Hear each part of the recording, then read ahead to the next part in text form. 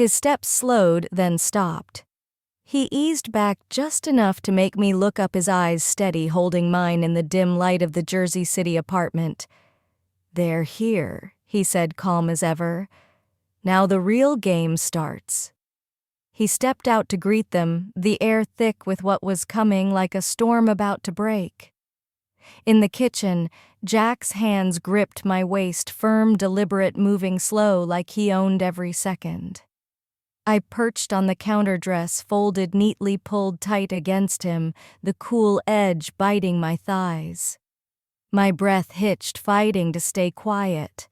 The TV blared from the living room, my dad and his buddies shouting at the game just 20 feet away. Jack, one of Dad's oldest friends, older by years, quiet but sharp, never made me hesitate. His focus was iron, every move calculated, every shift heavy with control. He leaned in, breath hot against my ear, whispering, "You like this, don't you?" His voice was low, rough, pulling me deeper. I clutched his shoulders, nodding, barely holding back a sound as he pressed closer. The counter dug into me, unyielding as he held me in place. The living room noise, laughter, yells, the game's roar made it worse or better, I couldn't tell. My dad was right there, his friends too, and I was tangled with one of them like I'd never let go. I pressed a hand to my mouth, breath shaking, barely keeping steady. Jack's focus never wavered, drawn tighter by the risk, the closeness. Then he froze. I looked up, gasping.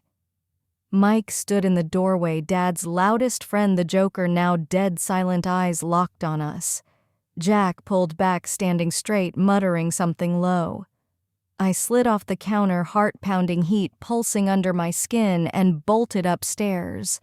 On my bed dress, clinging to my legs, I burned, pulse racing, the fire Jack lit still alive in me.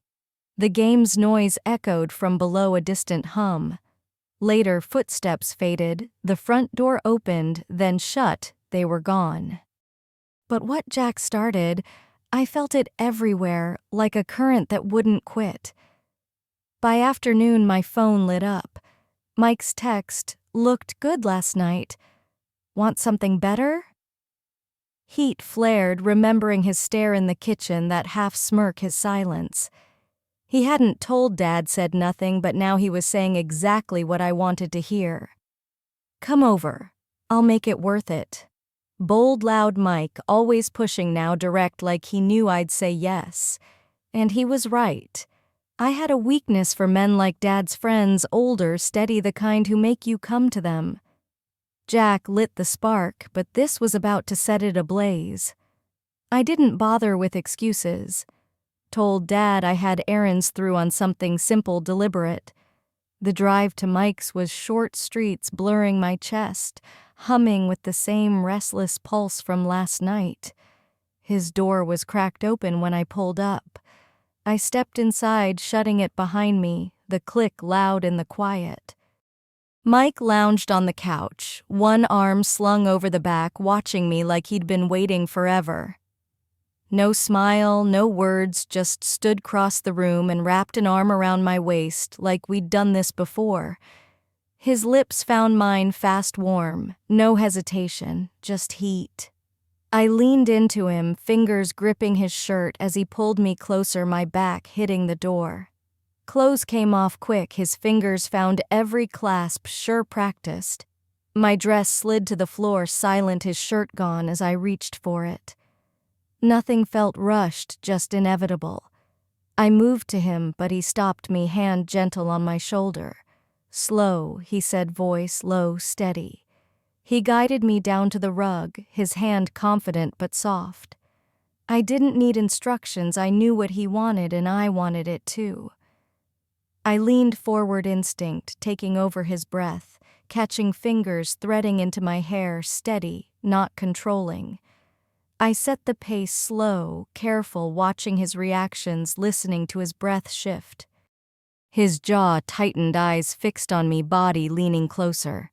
When he pulled me up, his chest rose, uneven, no words. He lifted me. My laugh, soft, caught-off-guard breath quick as he carried me like I weighed nothing. The hallway blurred as he carried me to the bedroom tension building. The door was open, and he didn't pause, setting me on the mattress, sure calm. His hands traced my thighs, kneeling by the bed, spreading them with quiet care. He leaned in, starting soft, teasing every touch, pulling a response. I arched hands, twisting in the sheets, his rhythm shifting, keeping me off balance. He never gave what I expected, always a step ahead, drawing me deeper. As he moved up, hovering over me, one hand on my waist, the other braced by my head, our bodies met, no rush, just steady, deliberate. I gripped his arms, matching his rhythm, the tension tightening, unbroken. He shifted, changing the angle, his breath heavy, my back arching, throat catching. He read me, adjusted, not luck, intent. I whispered his name, not meaning to, his smile grazing my neck like he'd been waiting for it. His pace slowed, heavier, pulling me deeper. I clutched the headboard, trying to stay grounded, but the tension kept climbing.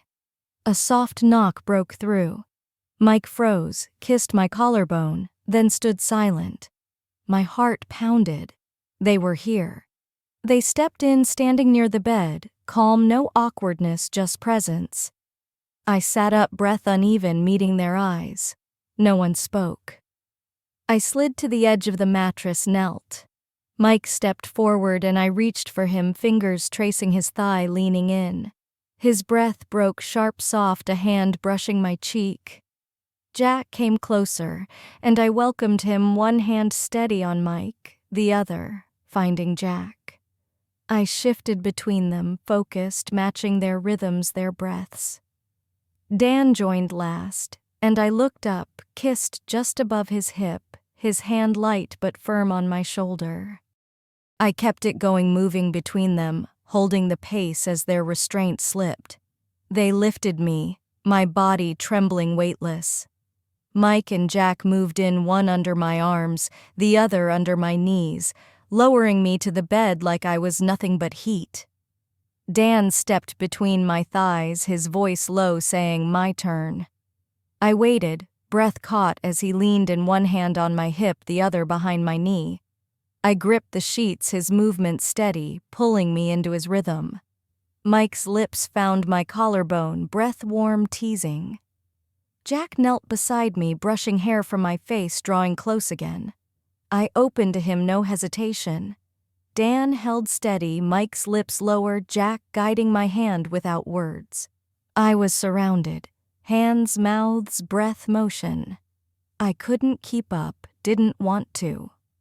When Dan eased back, Mike and Jack lifted me again, weightless, one supporting my back, the other my legs. They set me on Mike, instinct guiding me, wrapping around him. Jack moved behind, hands on my hips, holding me steady. The next move came slower, heavier, my breath catching, head falling back against his shoulder. Their rhythm locked, steady, relentless. I was held, moved, surrounded, my breath ragged, everything racing. They lowered me again, Dan ready, lying back. I climbed onto him, palms on his chest, legs trembling. He gripped my hips, watching me as I moved, rolling, building. Mike came behind, hands around my waist, anchoring, pressing closer. Each move tightened the pull between me and Dan.